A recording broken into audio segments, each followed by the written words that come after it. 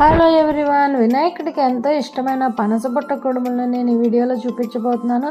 ముందుగా ఒకటే సైజు ఉన్న పనసాకుల్ని తీసుకొని వాటిని ఎదురెదురుగా పెట్టుకొని పుల్లలతో ఈ విధంగా గుచ్చుకోవాలి. అదేవిధంగా రెండో వైపు కూడాను 3 ఆకులు కలిసేలా పుల్లలతో గుచ్చుకోవాలి. ఈ విధంగా 4 ఆకుల్ని రెడీ చేసుకున్న తర్వాత ఒక బుట్ట లాంటి షేప్ తీసుకొని వాటిని కూడా పుల్లలతో లాక్ చేసుకోవాలి.